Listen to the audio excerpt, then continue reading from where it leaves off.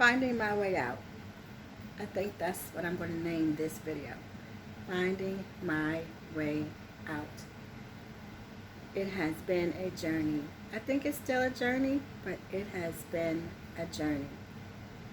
Love, relationships has not been an area of my life that I can run and shout about and go, I've had great success. Um, I've had lots of lessons. I've had lots of great times, great moments. But I can say for sure it has really been a lot of lessons. There was a time, and possibly still a time, and I could be just clearing these things, these spaces out where I would, if I, and I did, have someone that I really loved, really cherished, and would chase them, would do everything I possibly could for them. And I will not say that they did not appreciate it, because I feel like they did.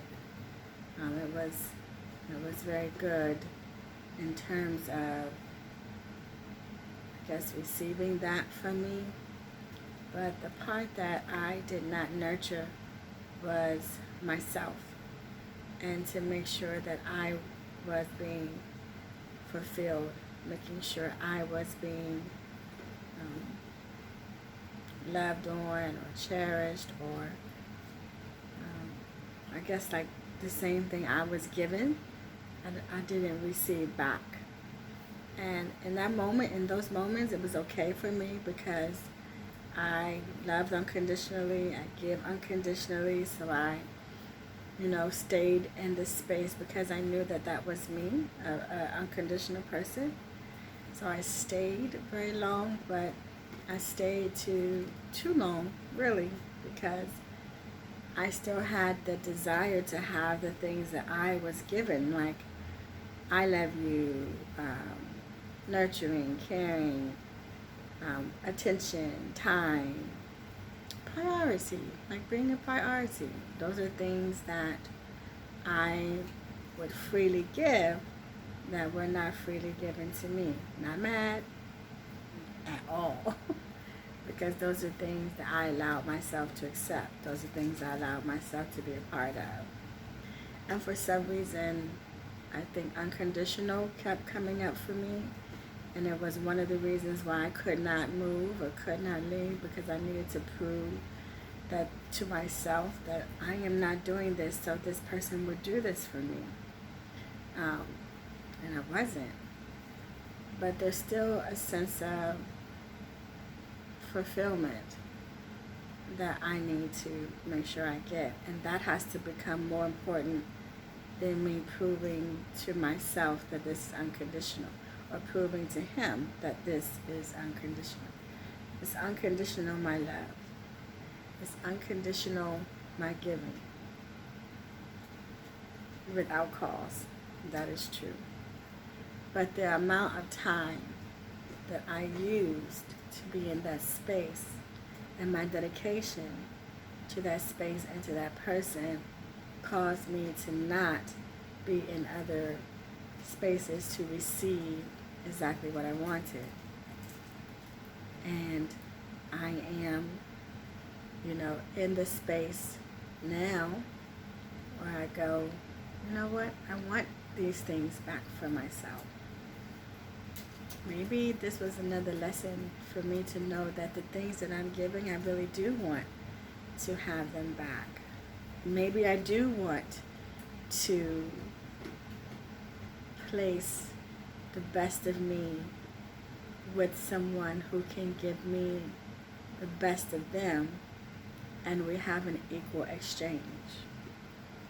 That sounds good saying that. That is true for me. That is true for me. I do want that. I do want that. I will still have spaces for unconditional love for people. I will still have spaces of showing up unconditionally. But I think my commitment to that, my dedication to that person or a person, where I'm giving all of those things, that's going to be a requirement that I get it back in return. It will not be unconditional. Where I place my love, my time, my attention, my commitment, and when I prioritize you, those things are going to come with someone who is also doing that for me. I'm giving myself permission to say that that's okay. Yeah. I do want an exchange. And I'm okay with that. And just because I want that exchange doesn't mean that I can't love unconditionally. It doesn't mean that I can't give unconditionally, because I still can. But I won't dedicate my life to a person. I won't dedicate my attention and time and prioritize a person that doesn't do the same for me. That's the thing that has changed, and that's the thing I have given myself permission to do. And it's beautiful. It's good to give yourself that. Yeah. So yes, I love unconditionally. Yes, I give unconditionally, no problem. My dedication, my commitment, my time, my prioritizing you does not come unconditionally. Those have conditions. They absolutely do. And I'm okay with that. That doesn't make me a bad person. That doesn't make me selfish. It just means I would like to get my cup filled.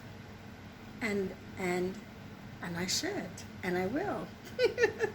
But I won't get my cup filled if I commit to people, places, or things that do not have duality, who do not reciprocate. Somebody said, I like reciprocity. Yep, that's what I'm going to say. I enjoy reciprocity. So now that I have fully given myself permission to have that, I bet you things in my relationship space will change. I had to do my walkthrough. I needed to do that. Over the last 2 years, God has really been dealing with me on becoming a nurturer, a server, like someone who would serve my partner, and I thought to myself, that's a very dangerous space for me to be in, and it's a dangerous space to share that with whoever this person is that's coming, because it opens me up. I'm vulnerable, and they can go in and use me. But now that I've learned that it's okay for me to require the same thing I give, I don't feel that same danger. So now I see the alignment that God was doing. God was first showing me, hey, you're giving and giving and giving in this space. You're committed to this space. You love this space, so you say, but this space isn't filling you up. And then I'm giving you service and nurturing and pouring so that you would know how to do this when the perfect person comes. I feel really good about who I am now and what is to come. I feel very ready now to take on whoever the person is that Spirit would send me, that God would send me. I've been single, but I've been working this thing out. I've been trying to get ready and make sure I got it together, and I feel good about it. So now that I've talked it through, I'm going to say something on this video just for you. That was for me, so if that helped you, I'm glad. But I needed to do this video so that I could remind myself, and when I go to sleep at night, I will probably put this on repeat so I can hear myself, talk to myself. I tell people to do that all the time. So I needed to do this video for me, but I'm a transparent coach. So I think that sharing it out with others is always helpful. And let me say this to you now that I've done that for me. And even though I'm telling this to you, I'm speaking to me. It is a beautiful thing when you realize what you want and you give yourself permission to have it. Do not sit and wait for anyone to choose you. They have already told you whether they have chosen you or not, through their actions, through their words. You already feel it. You already know it. And sometimes we give ourselves permission to stay longer than we should.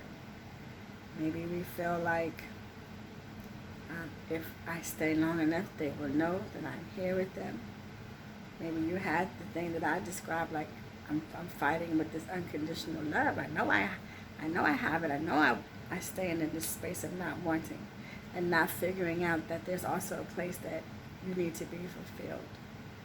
Could be a lot of reasons why you stay, but if you're not being fulfilled, if you're not genuinely happy, it's time to give yourself permission to leave the space. You don't have to leave the person. The person can still be in your life. It still can be your friend or someone that you communicate with. So you don't have to lose the person. You can just lose or remove, rather, the desire that you have in that space. And put that desire or that need, go get your need met. Go get it met. It's okay to do that. Look out for yourself. You must. You're the only one who can. So if you've been in this relationship too long, you've been in this space too long, and you're not happy, make your moves. Go inside yourself, see why you're staying, and fix that. It's time to make your move. Take care of you, babe. Take care of you. That's my message to you. Ashe.